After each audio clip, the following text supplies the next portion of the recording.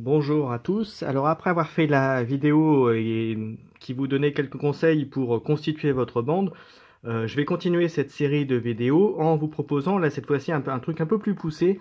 C'est savoir choisir les figurines, voir quels sont les bons profils, les mauvais profils. Alors bien sûr c'est complètement subjectif, mais ça peut peut-être vous aider justement à constituer votre bande par rapport aussi à ça. Et aussi peut-être une méthodologie en fait peut-être pour analyser les profils de figurines. Alors avant de faire tout ça, je vais vous faire un petit rappel de ce que vous pouvez trouver donc sur les profils justement. Donc vous avez ici, vous avez la capacité de la faction, la capacité générique, on va dire ça comme ça. Vous avez aussi un élément important, donc vous avez le nombre de points et s'il y a des capacités particulières accessibles par la figurine. Ensuite, ce qu'on peut voir aussi, mais c'est important de le rappeler, c'est ici, donc la petite flèche, c'est les mouvements.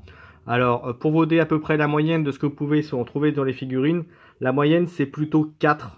Voilà, 4 et 4 et même parfois 3, mais quand vous êtes sur les petites troupes régulières. Mais la moyenne c'est plutôt 4, voire même certaines 5 pour les petites troupes. Voilà, mais c'est pour vous donner un ordre d'idée. Donc plutôt 4 pour des troupes, on va dire élites, et 4 voire un peu vers le 5 si vous allez sur des troupes type Troufion, enfin basique on va dire, parmi les unités. En termes d'armure, donc là vous voyez là c'est 4, donc c'est la résistance entre guillemets. 4 c'est plutôt bien, la moyenne effectivement c'est plutôt 4, voire 3 pour les troupes régulières. Et ensuite vous avez les points de vie. Et les points de vie, donc là vous voyez c'est 10. Pour des troupes régulières, tapez plutôt sur entre 10 et 15 on va dire.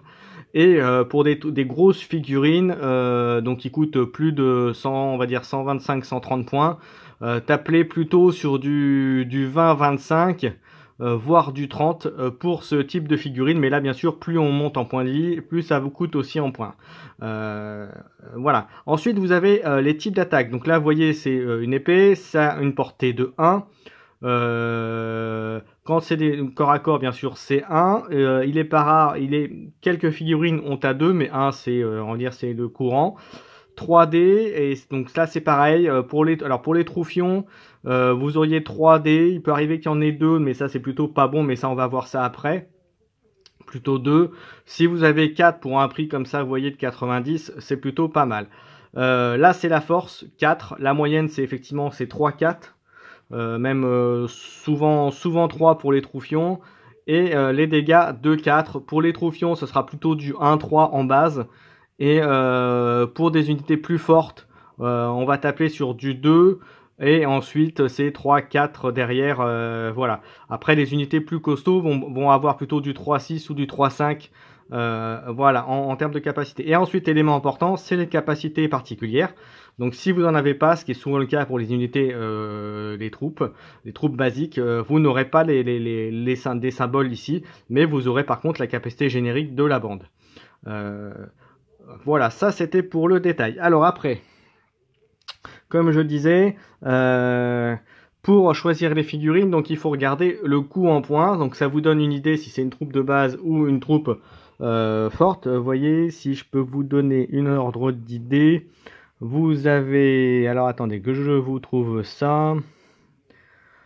Là vous avez une petite troupe de base. Est-ce que j'ai un truc? Voilà, ça c'est vraiment le troupe vraiment basique. Ensuite, que je vous cherche dans mes figurines, ouais, je vais vous prendre celui-là. Alors il est un peu cher, donc c'est pas très significatif. On va prendre le Blight et on va prendre en dernière unité la grosse unité leader chez les sacro-saints. Voilà. Alors, voyez, on va voir tout de suite la différence en termes de coût. Vous avez la figurine squelette à 55, donc vous voyez que c'est un troufier. Donc comme je vous disais, 3 de mouvement, 4 d'armure, 8 de points de vie. Donc pour 55, 8 points de vie, c'est assez courant, parce qu'en même temps pour 55, voilà, c'est des troupes sacrifiables. Et là, ce que je vous disais, alors là, par contre, c'est assez rare, parce que bon, c'est une unité avec les lances, tape à 2, 2D, 3 de force, 1, 4. Donc, vous voyez, c'est plutôt, pour 55 points, c'est plutôt une bonne figurine. La faiblesse, c'est les points de vie. En même temps, c'est une troupe de base. Donc, voilà. Si vous le mettez dans votre bande, ben, en gros, vous allez le mettre plutôt pour soit attaquer en premier sur une figurine, soit pour bloquer le chemin ou aller sur bloquer un objectif. Mais c'est clairement une figurine qui ne comptez pas dès qu'elle va être engagée, à ce qu'elle reste très longtemps sur la table. Parce que vous voyez, même avec son critique, elle fait 2D, elle fait des critiques sur 2D, elle se tue elle-même. Vous voyez, donc ça veut dire que opposée à une figurine identique, elle peut tomber d'un coup, quoi. Alors ce sera rare bien sûr, mais c'est possible. Donc voilà, ça c'est pour vous donner un ordre d'idée. Si on passe une unité, on va dire une unité intermédiaire, vous voyez, on passe tout de suite à 140. Donc voilà, on va dire que le range à peu près, comment dirais-je, l'écart que vous avez à peu près, c'est on va dire vers 100 points et jusqu'à 200, 220 points, c'est à peu près le range des troupes élites. Et vous voyez, on passe tout de suite à autre chose. Donc 3, bon là c'est parce que c'est de l'ogre, c'est du Nurgle, donc ça que 3 de mouvement. 4 d'armure, on passe tout de suite à 25 points de vie. Vous voyez la différence à l'autre figurine qui n'en avait que 8. Une attaque, 3D, 4 de force, donc là on gagne 1 de force. Mais on passe tout de suite sur du 2-4. Donc globalement, quand vous faites des dégâts, au lieu de faire un ratio, vous voyez, il y a sur les deux, vous voyez, pour vous donner un ordre d'idée, vous voyez, il y a 3D, 2D, pardon, et là il y en a 3. Et globalement, même si vous faites des attaques classiques, il va faire 2 points, tandis que lui, s'il fait les 3, ça fera du 6. Ça fait déjà le double en termes de puissance d'attaque sur l'autre figurine. Alors je parle pas bien sûr du critique, mais ça vous donne, voilà. Et l'autre intérêt aussi, c'est que vous voyez qu'il a une aptitude spéciale. Donc là, alors là, je me souviens pas, je suis pas allé voir ce que ça fait, mais vous voyez, l'intérêt aussi des figurines qui coûtent plus cher, c'est que vous avez les aptitudes. Donc après, il faut aussi regarder quand vous choisissez votre figurine, que l'aptitude soit utile par rapport à la formation de votre bande.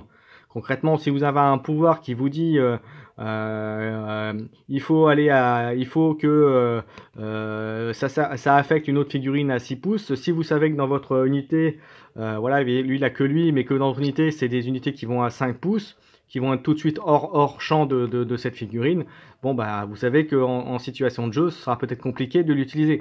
Voilà, donc c'est quelques éléments, voilà. Et ensuite, si on fait le ratio avec une unité plus costaud, plus forte, bah on passe. Alors là, je vous ai pris un leader aussi, mais c'est pour vous montrer entre un élite et un leader, par exemple. Alors là, j'ai fait exprès, on passe vraiment sur une unité très forte, mais vous voyez, 10 de mouvement, 6, par contre, c'est 300 points. Donc vous voyez, on passe au double.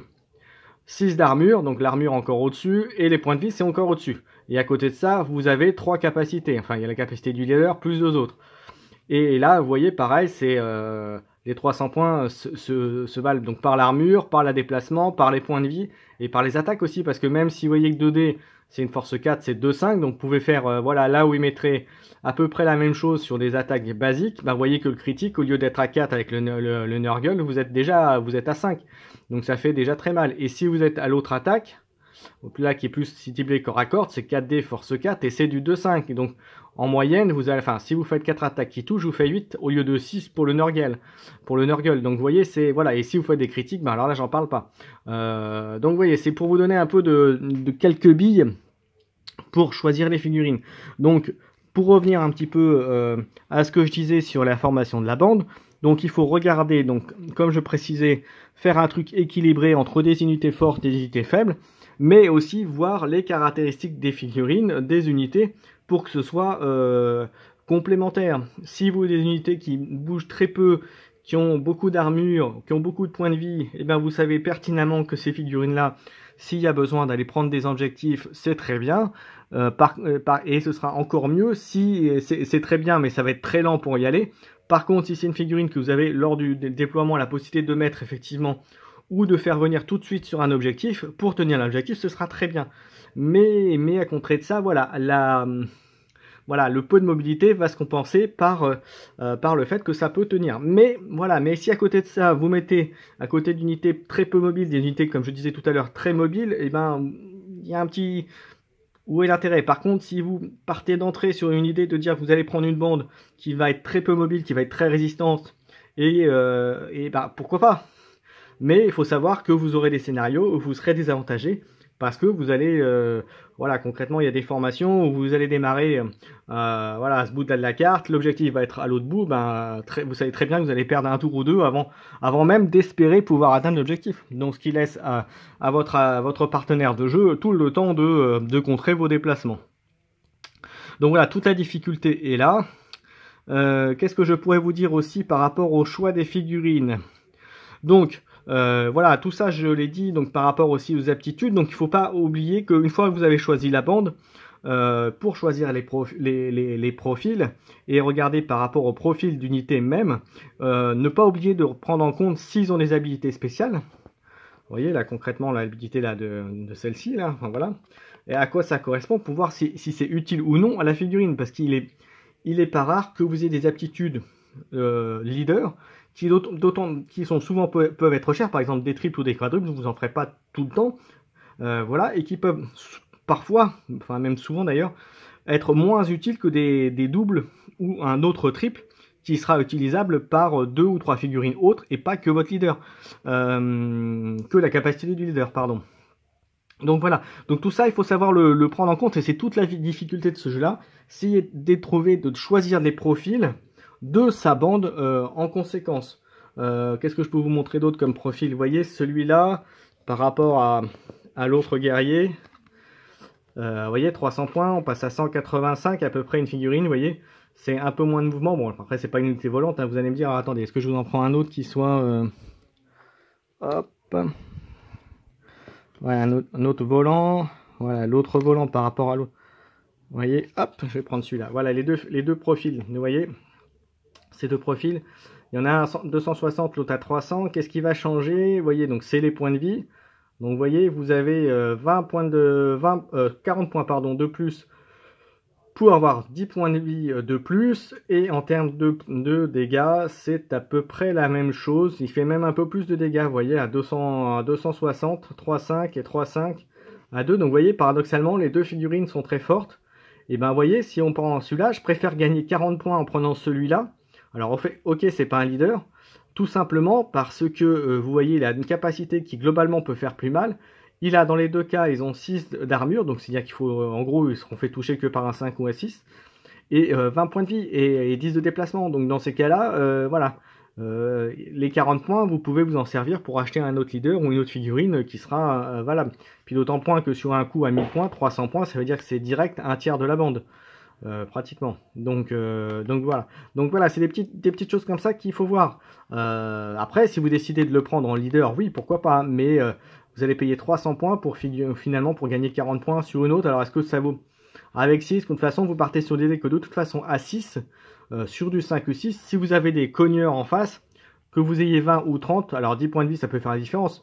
Mais si vous voyez que déjà à la base, sur un critique qui fait 5, c'est 2 attaques à 5 qui passent en plus. Donc ça peut se valoir, comme on dit, ça se discute. Mais voilà, moi je vous dis mon impression, mon point de vue. Et comme sur ce jeu, c'est quand même le nombre de figurines sur la table qui est quand même assez important, et la capacité de frappe, moi personnellement, encore une fois, j'aurais préféré celle-là. Mais ce n'est qu'un avis personnel. Voilà, après, qu'est-ce que je peux vous dire d'autre comme profil? Par exemple, si on regarde le profil du leader mort-vivant, vous voyez, 4-4, il a 195, donc il coûte un peu moins cher. On va reprendre l'autre. Allez, je vais vous montrer les deux, par exemple. Vous voyez, celui-là, 185, 195. Il y a 10 points de plus pour le mort-vivant. Alors, la différence, vous voyez, donc 4-4, donc plus d'armure pour le Stormcast, 25 points de vie, donc il a 5 points de vie de plus, il a 20 points de vie, par contre il a 4 d'armure de moins, donc par rapport au Stormcast, bah, il va prendre plus facilement. En revanche, lui, il peut taper à 3-7, donc ça veut dire que au corps à corps, il va pas pouvoir taper au corps à corps, donc ça veut dire ça va être obligé de le faire reculer. Par contre, de mémoire, il me semble que les pouvoirs étaient pas mauvais. Voilà, 2-3, 3-6, il peut faire très mal. Mais lui, à contrario, il n'envoie que 2D force 5, alors lui était force 3. Ah oui, puis j'ai oublié, il avait une attaque, si, il avait une attaque au corps à corps, j'ai rien dit. Donc 3, 4, 1, 4, mais vous voyez, au corps à corps, c'est vraiment pas bon. C'est pas bon, c'est presque digne d'un troupier que je vous ai montré tout à l'heure, un squelette à 55. Point. Donc voilà, mais par contre, il a une attaque à distance que lui n'a pas. D'accord? Mais par contre, lui au contact, il a d'autres capacités. Donc voilà, donc vous voyez, tout est une question de voir ce qu'il y a par rapport au reste de la bande et que ce soit quelque chose qui ait un intérêt tactique à utiliser. Voilà, le leader peut être intéressant pour avoir un peu de distance, voilà. Mais par contre, vous savez très bien que s'il va se faire engager à 25 points de vie avec des frappeurs comme ça, même si c'est que 2D, vous êtes sûr qu'il va pas, il peut ne pas résister longtemps. Maintenant, il a quand même 25 points de vie, donc il faut y aller. Mais avec des unités frappeurs, ça peut faire très très mal. Ou des capacités particulières, bien sûr, de bande. Voilà, j'espère que ça... Je crois que j'ai à peu près fait le tour.